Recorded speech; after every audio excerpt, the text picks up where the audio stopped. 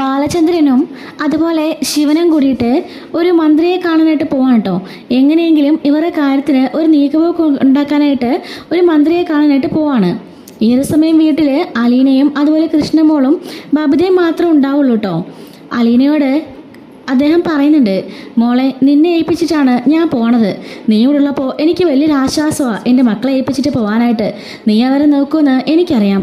അച്ഛൻ പേടിക്കണ്ട, അച്ഛൻ പോകുന്ന കാര്യം നടക്കട്ടെ, അച്ഛൻ ധൈര്യമായിട്ട് പോയിട്ട് വാ, ഞാനിവിടെ ഉണ്ടല്ലോ എന്ന് പറയാണ്. ബബിതയും കൃഷ്ണയും വിളിച്ചിട്ട് ബാലചന്ദ്രൻ പറയുന്നുണ്ട്, ദേ അലീന എന്ത് പറഞ്ഞാലും അതനുസരിച്ചോണം. ഞാൻ വെളുപ്പാറാകുമ്പോഴേ ഇങ്ങ് എത്തുള്ളൂ. രാത്രി സമയമാണ്. ആരെങ്കിലും വന്ന് വാതിൽ മുട്ടിയാൽ തുറക്കണ്ട. ആരാ നോക്കിയിട്ട് നമുക്കറിയാവുന്നവരും വിശ്വസ്തരുമാണെങ്കിൽ മാത്രം ഡോർ തുറന്നാൽ മതി എന്ന് പറയുന്നുണ്ട്. ശരി അച്ഛാ എന്നും പറഞ്ഞിട്ട് അവർ യാത്രയാക്കാണ് കേട്ടോ. എന്നിട്ട് ബബിത മുറിയെ കയറിയിട്ട് വാതിൽ വലിച്ചടയ്ക്കുന്നുണ്ട്. ഹോ, ഈ ചേച്ചിക്ക് എന്തിൻ്റെ കേടാ? എന്തിനാ ഈ വാതിൽ വലിച്ചടയ്ക്കുന്നേ? അത് വേറൊന്നുമല്ല, അച്ഛൻ എന്നെ ഏൽപ്പിച്ചിട്ടാണല്ലോ പോയത്, അതിൻ്റെ കയറുവാ മോളെ എന്ന് പറയാണ്. അല്ലേ ചേച്ചി, ചേച്ചി എന്തെങ്കിലും കഴിച്ചായിരുന്നോ? ഇല്ല, ഇനി വേണം കഴിക്കാൻ. എന്തായാലും നിങ്ങളെല്ലാം കഴിച്ചല്ലോ. അത് വലിയ കഷ്ടമാണല്ലോ. എപ്പോഴും അച്ഛൻ പറയാറുള്ളതല്ലേ ഒരുമിച്ച് കഴിച്ചാൽ മതിയെന്ന്. അതല്ല മോളെ, അച്ഛനൊന്ന് ധൃതിയായിരുന്നല്ലോ, അതുകൊണ്ട് അച്ഛന് കൊടുത്തു. ആ കൂടെ നിങ്ങൾക്കും തന്നതാ എന്ന് പറയാണ്. എങ്കിൽ ഞാനും കൂടി വരാം, നമുക്ക് ഒരുമിച്ചിരുന്ന് കഴിക്കാം എന്നും പറഞ്ഞുകൊണ്ട് അലീന കഴിക്കുമ്പം ഓരോന്നൊക്കെ സംസാരിച്ചുകൊണ്ട് ഇവരോട് ഇരിക്കുകയാണേ. അങ്ങനെ കൃഷ്ണ പറയാണ്, ചേച്ചി ഇന്ന് എൻ്റെ മുറിയിൽ കിടക്കാവോ? ഞാൻ ഒറ്റക്കല്ലേ ഉള്ളൂ. അച്ഛനില്ലാത്തപ്പം എന്തോ ഒരു ശൂന്യത പോലെയാ വീടാകപ്പാടെ. നേരത്തെ അമ്മയും രോഹിയേട്ടനും അച്ഛനും എല്ലാവരും കൂടി എന്ത് രസമായിരുന്നു. ഇപ്പം എല്ലാവരും ഓരോ വഴിക്കായില്ലേ ചേച്ചി. ഇപ്പോൾ എന്തോ ഒരു ഒറ്റപ്പെടലാണ് ഇപ്പോഴും. ചേച്ചിയും കൂടെ ഇല്ലായിരുന്നെങ്കിലേ ഞാൻ വല്ല ഡിപ്രഷൻ അടിച്ച് പോയേനെ. അതൊന്നും സാരമില്ല, ഞാൻ കൂടെ കിടന്നോളാം. മോള് പോയിക്കോ, മോള് പോയി ഫ്രഷൊക്കെ ആയിട്ട് കിടന്നോ, ഞാനിതെല്ലാം ഒന്ന് കഴിഞ്ഞിട്ട് വരാം, കുറച്ചുകൂടി ക്ലീൻ ചെയ്യാനുണ്ട് എന്ന് പറയുമ്പം ശരി ചേച്ചി എന്നും പറഞ്ഞിട്ട് മുറിയിലേക്ക് പോവാണ്. ഈ സമയം നമ്മുടെ ബബിതയാണെങ്കിലോ അമലിനെ വിളിക്കുന്നുണ്ട്.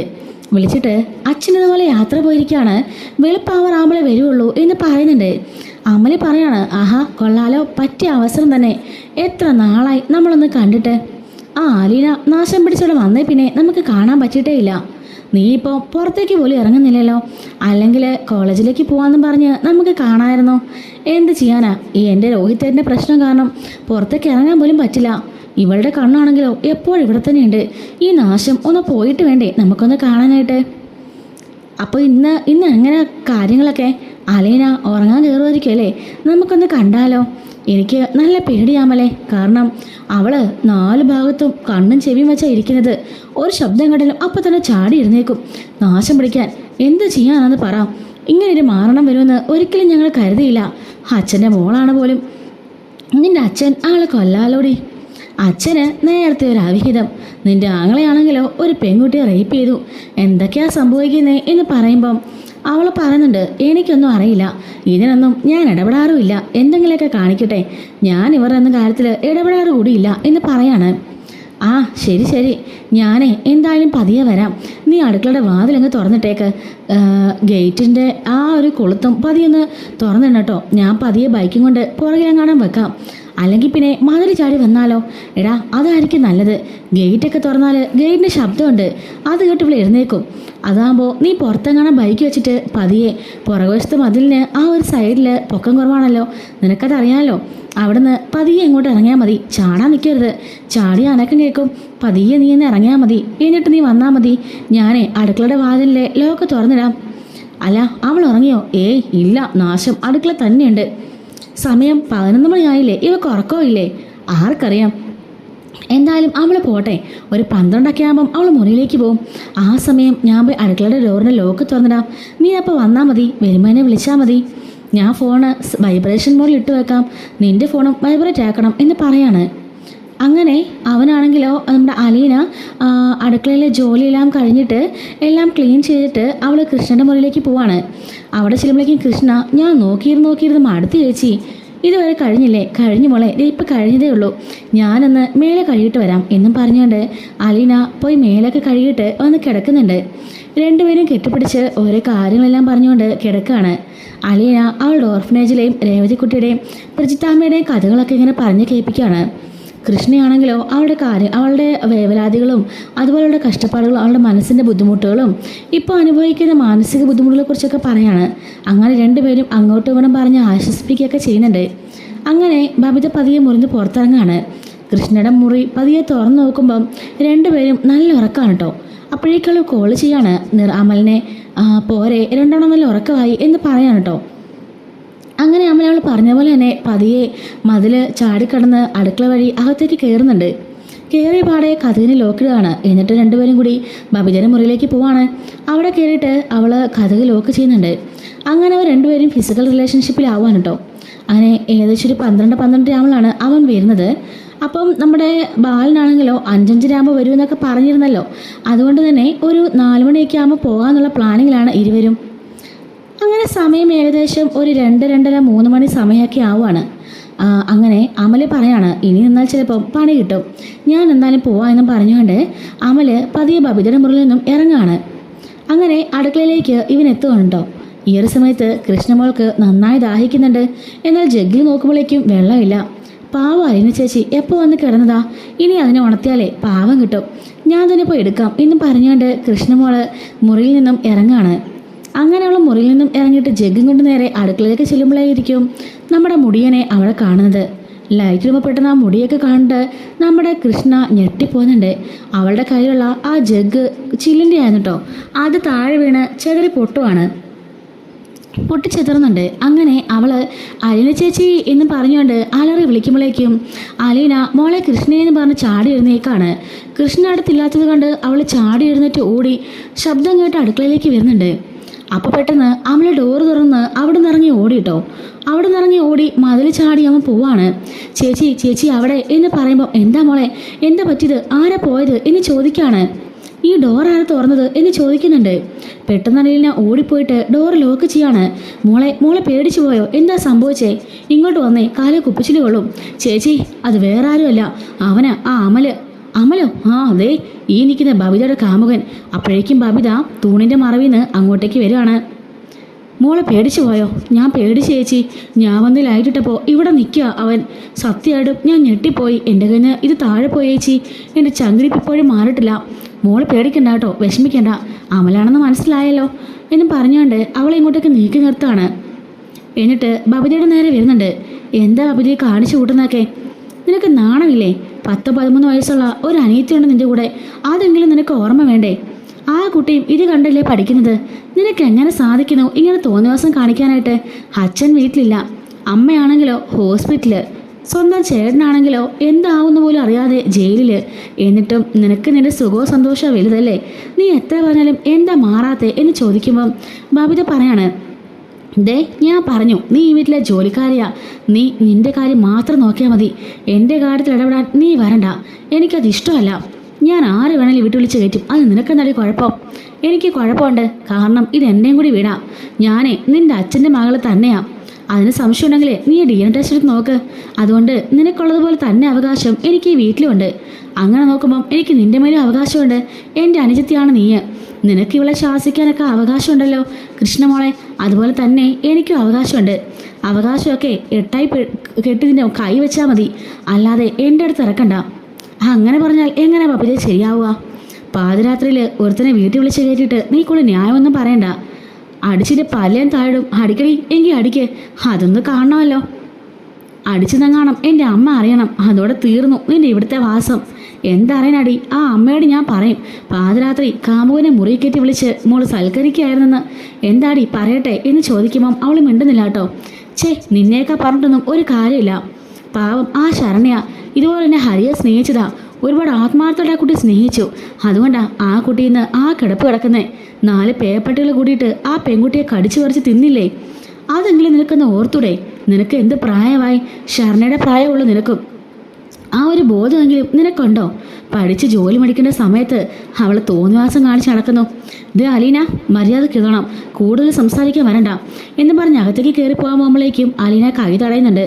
നിക്കടി അവിടെ, അങ്ങനെ പോകണ്ട, ഇനി മേലാൽ ഇത് ആവർത്തിക്കരുത്. ഇതിപ്പം എത്രാമത്തെ പ്രാവശ്യമാണ്? ഇതെന്താ വല്ല ലോഡ്ജ് ആണെന്നാണ് നിന്റെ വിചാരം? നിന്റെ അച്ഛന് കഷ്ടപ്പെട്ട് വേർപ്പൊലിക്ക് ഉണ്ടാക്കിയ വീടാ ഇതൊക്കെ.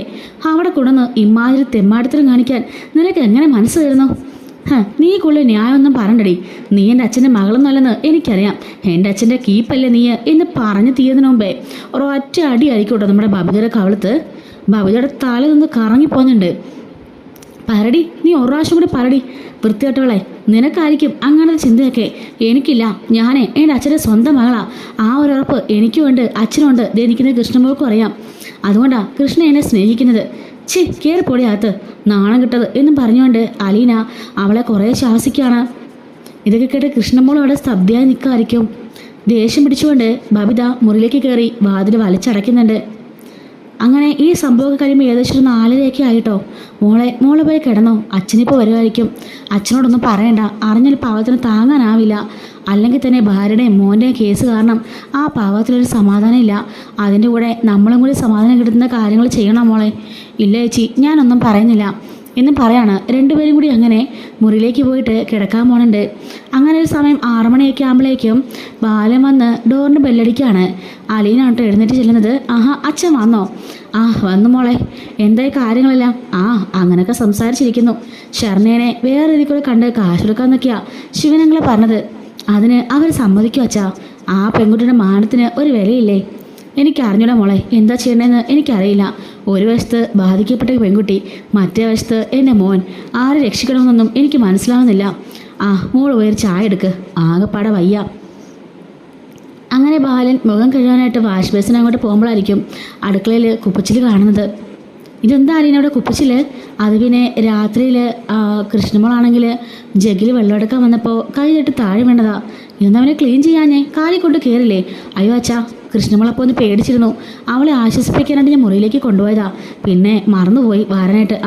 പെട്ടെന്ന് ആരെങ്കിലും കാലേ കൊള്ളുന്ന മുമ്പേ വാരെടുക്ക്. അങ്ങനെ അലീന അത് വാരി മാറ്റി ബാലിനുള്ള ചായ മാറ്റി വരുന്നുണ്ട്. ബാല മുഖമൊക്കെ കഴുകിയിട്ട് ഡെസ്കിൻ്റെ അവിടെ വന്നിരുന്ന ചായ കുടിക്കുകയാണ്.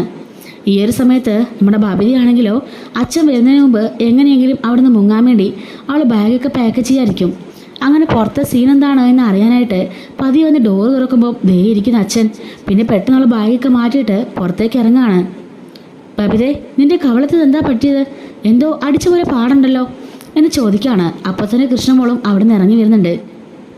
അച്ഛൻ വന്നു അച്ഛാ എന്ന് ചോദിക്കുകയാണ് കൃഷ്ണ. വന്നു മോളെ. അല്ല, ഇവളുടെ മുഖത്തുനിന്നായി പാട് എന്ന് ചോദിക്കുമ്പം കൃഷ്ണയൊന്നും മിണ്ടുന്നില്ല, അലീനയും മിണ്ടുന്നില്ല, ബബിതയും മിണ്ടുന്നില്ല. എന്താ മോളെ, എന്താ പറ്റിയത്? കാര്യം പറ. എന്താ ഇവളുടെ മുഖത്തിങ്ങനെ പാട്? അത് പിന്നെ അച്ഛാ എന്ന് പറയാണ് കൃഷ്ണ. അലീന അപ്പോൾ കണ്ണു കാണിക്കുന്നുണ്ട് പറയണമെന്ന് പറഞ്ഞുകൊണ്ട്. അവളൊന്നും മിണ്ടുന്നില്ല. എനിക്കറിയില്ല അച്ഛാ എന്ന് പറയാണ്. ബബിതേ, ഇതെന്താ സംഭവം? എന്താ പറ, എന്നെ പേടിപ്പിക്കാതെ. രാത്രിയിൽ ഇവിടെ ആരെങ്കിലും വന്നിരുന്നോ? നിങ്ങളെ ആരെങ്കിലും ഉപദ്രവിച്ചോ? എന്താ കാര്യം എന്ന് വെച്ചാൽ തുറന്ന് പറ. എനിക്ക് ടെൻഷനായിട്ട് വയ്യ മക്കളെ എന്ന് പറയാണ്. അലീന, അച്ഛാ ഒന്നുമില്ല, അച്ഛൻ സമാധാനമായിട്ടിരിക്കുക, ഒരു പ്രശ്നങ്ങളും ഇല്ല. പിന്നെ പ്രശ്നമില്ലാതാണോ ഇങ്ങനെ കാണിച്ചു വെച്ചിരിക്കുന്നത്? ഇതെന്താ, ആരോ അടിച്ച പോലെ തന്നെയുണ്ടല്ലോ. മുഖമൊക്കെ കരിവാളിച്ച് നീലിച്ചിരിക്കുകയാണല്ലോ. എന്താ പറ്റിയ ബബിതേ എന്ന് ചോദിക്കുകയാണ്. അപ്പോഴേക്കും കൃഷ്ണ നോക്കിയിട്ട് ബാലൻ പറയുന്നുണ്ട്. കൃഷ്ണമോളെ, നീയെങ്കിലും എന്നോട് എന്തെങ്കിലും പറയോ? അതോ നീ എന്നോട് എല്ലാം മറച്ചു വെക്കുകയാണോ? അച്ഛാ, അത് പിന്നെ അച്ഛാ വേറൊന്നും അല്ല. ഇന്നലെ അച്ഛൻ പോയി കഴിഞ്ഞപ്പോൾ ഈ ബബിത ചേച്ചിയുടെ കാമുകനെ വീട്ടിലേക്ക് വിളിച്ചു കയറ്റി. രാത്രി വെള്ളം എടുക്കാൻ പോയപ്പം അയാളെ കണ്ട് ഞാൻ പേടിച്ചു. അങ്ങനെ ജഗ് താഴെ വീണ് പൊട്ടിയത്. അങ്ങനെ ആ പയ്യൻ ഇവിടെ നിന്ന് ഇറങ്ങി ഓടി. ഇതും കണ്ടുകൊണ്ടെന്ന് അലീന ചേച്ചിനെ കുറേ ശകാരിക്കുക വഴക്കുറയൊക്കെ ചെയ്തു. അപ്പോൾ അച്ഛനെയും ചേച്ചിനെയും കൂടി ബബിത ചേച്ചി തെറ്റായിട്ട് പറഞ്ഞപ്പോൾ അലീന ചേച്ചി അടിച്ചതാ എന്ന് പറയുന്നുണ്ട് കേട്ടോ. ഇത് കേട്ട് തകർന്നിരിക്കുകയാണ് കസേരയിലോട്ട് ബാലൻ. ഒറ്റ ശ്വാസത്തിൽ നമ്മുടെ കൃഷ്ണമോള് ഇതെല്ലാം പറഞ്ഞു കേൾപ്പിച്ചല്ലോ. ആകെപ്പാടെ മനപ്രയാസത്തിലായി നമ്മുടെ ബാലൻ. അച്ഛൻ ടെൻഷൻ അടിക്കാതെ, അതുകൊണ്ടാണ് ഞങ്ങളൊന്നും പറയാതിരുന്നത്. ബബിത ഉടനെ അകത്തേക്ക് കയറിപ്പോകുമ്പം നിൽക്കണേ അവിടെ എന്ന് പറയാണ്. അലീന, അച്ഛാ ദേഷ്യപ്പെടില്ല അച്ഛനൊന്ന് കൂളാവ്. അച്ഛൻ്റെ ഹാർട്ടിൻ്റെ അവസ്ഥ എന്താണെന്ന് അച്ഛൻ അറിയാലോ. എന്തിനാ അലീന എനിക്കിനി ഹാർട്ട്? എന്തിനാ നീ ജീവിച്ചിരിക്കുന്നേ? തള്ള കോല കയറി നടന്നു. ദേ മോനാണെങ്കിലോ ഇപ്പം ജയിലിൽ പുള്ളിയാ. അടുത്തത് മോളും കൂടി തലയുടെ വഴിക്കോട്ട് പോവാണോ? അതിനെ ഞാൻ സമ്മതിക്കണമെന്നാണോ നീ പറഞ്ഞത്? അച്ഛാ, അതല്ല, അച്ഛൻ്റെ മാനസികാവസ്ഥ. എന്ത് മാനസികാവസ്ഥ? ഇതിൽ പരം എനിക്ക് എന്ത് വരാൻ അലീന? എല്ലാം സംഭവിച്ചു കഴിഞ്ഞു. ഞാനേ വെറും ശവത്തെ പോലെ നടക്കുന്നത്. ഇപ്പോൾ ഒരു ജഡം, അത്രയേ ഉള്ളൂ ഞാൻ. അങ്ങോട്ടേക്ക് ചെന്നിട്ട് അവളോട് ചോദിക്കുകയാണ്, നിനക്ക് എന്തുമാത്രം ധൈര്യമുണ്ടെങ്കിൽ എൻ്റെ വീട്ടിലേക്ക് രാത്രിയിൽ ഒരുത്തരം നീ വിളിച്ചു കയറ്റും? നിനക്കൊന്നും തീരെ ഉളുപ്പില്ലേ എന്ന് ചോദിക്കുകയാണ്. ബബിത ഒന്നും തന്നെ മിണ്ടുന്നില്ല കേട്ടോ. ആരാവൻ എന്ന് ചോദിക്കുകയാണ്. കൃഷ്ണനോട് ചോദിക്കുന്നുണ്ട് ആരാണെന്ന്. അപ്പോൾ ചേച്ചി സീനിയർ ആണെന്നുള്ള കാര്യം പറയാൻ കേട്ടോ. ബബിതയോട് ബാലൻ ചോദിക്കുകയാണ്, എത്ര കാലമായി ഈ തുടങ്ങിയിട്ട്? ബബിത ഒന്നും മിണ്ടുന്നില്ല കേട്ടോ. ചോദിച്ചു കേട്ടില്ലടി എത്ര കാലം തുടങ്ങിയിട്ട്? അത് 1 വർഷമായച്ചാ. 1 വർഷമായിട്ട് ഞങ്ങളെല്ലാം നീ പറ്റിച്ചോണ്ടിരിക്കുകയല്ലടി. നിനക്ക് നാളെ ശരണ അതേ അവസ്ഥയായിരിക്കും ഉണ്ടാകാൻ പോണത്. രാത്രിയിലേക്കൊക്കെ അവനെ വിളിച്ചു കയറ്റ്. ചില ദിവസം എത്രമാര് വരുന്നെന്ന് ആർക്കറിയാം. അങ്ങനെയാ ഇപ്പം ലോകം നടന്നുകൊണ്ടിരിക്കുന്നത്. ശരണയ്ക്കുണ്ടായതുപോലെ നിനക്കുണ്ടായാൽ എന്ത് ചെയ്യുന്ന നീ ആലോചിച്ചിട്ടുണ്ടോ എന്ന് ചോദിക്കുമ്പം അങ്ങനെയൊന്നും ഇല്ലച്ചാ, അമല് പാവാ. അപ്പതേ വീഴുന്നു അടുത്ത കാവളത്ത് നമ്മുടെ ബാലിൻ്റെ വക അടി. പാവം മിണ്ടിപ്പോയത് നീ. ഒന്നാമത് ഞാൻ ഭ്രാന്തെടുത്ത് നടക്കുക. അതിൻ്റെ കൂടെ അവളുടെ പാവം പോലും കയറിപ്പോടി അകത്ത്. ഇനി നീ വെളിയോട്ടിറങ്ങാൻ പാടില്ല. എന്നിട്ട് അവളുടെ കയ്യിൽ നിന്ന് ആ ഫോണും പിടിച്ച് മേടിച്ച് വെക്കുന്നുണ്ട്. ഇനി നീ എങ്ങനെ അവനെ വിളിക്കുന്നത് എനിക്കൊന്ന് കാണണം. അവനിങ്ങോട്ട് വിളിക്കട്ടെ. അവൻ്റെ കാര്യത്തിൽ ഞാനൊരു തീരുമാനം ഉണ്ടാക്കിക്കോളാം എന്നും പറഞ്ഞ് ബാലൻ ദേഷ്യപ്പെടുവാണ്. ഭവിത അങ്ങനെ മുറിയിൽ കയറി കഥ അടച്ചിട്ട് കരയുന്നുണ്ട് കേട്ടോ. അലീനാണെങ്കിലോ അച്ഛ ടെൻഷൻ അടിക്കുക. അച്ഛാ മിണ്ടാതിരുന്നോ എല്ലാവരും കൂടി എന്നെ ചതിക്കാമെന്ന് കരുതിയോ? ഇല്ല, ഞാൻ സമ്മതിക്കില്ല. അവൻ ആരാണെന്ന് ഞാൻ നോക്കട്ടെ. ഇന്നത്തോടുകൂടി അവൻ്റെ കഥ ഞാൻ അവസാനിപ്പിക്കും എന്നൊക്കെ പറയുമ്പം കൃഷ്ണമോളും വന്നിട്ട് ആശ്വസിപ്പിക്കുകയാണ്. അച്ഛനാണെങ്കിലോ എങ്ങനെയെങ്കിലും ആങ്ങളെ ഇറക്കാനായിട്ട് പാതിരാത്രി പോയിരിക്കുക കണ്ടവന്മാരെ കാല് നിൽക്കാനായിട്ട്. ആ സമയത്ത് അവൾ കാമുകനെ വിളിച്ച് വീട്ടിൽ കയറ്റിയിരിക്കുന്നു. ഓർക്കാൻ കൂടി വയ്യ. പണ്ടുവളുടെ തള്ള എന്ത് തെറ്റാണോ ചെയ്തത് അത് തന്നെയായിരിക്കും ഇനി ഇവക്ക് സംഭവിക്കാൻ പോണത് എന്ന് പറഞ്ഞുകൊണ്ട് ബാലൻ അവിടെ കിടന്ന് വിഷമിക്കുകയാണ് കേട്ടോ. ഇതിൻ്റെ ബാക്കി സ്റ്റോറി ഞാൻ അടുത്തൊരു വീഡിയോയിൽ അപ്ലോഡ് ചെയ്യാവേ. ഈ സാധിക്കാൻ ചാനൽ സബ്സ്ക്രൈബ് ചെയ്ത് സപ്പോർട്ട് ചെയ്യണേ. Thanks for watching.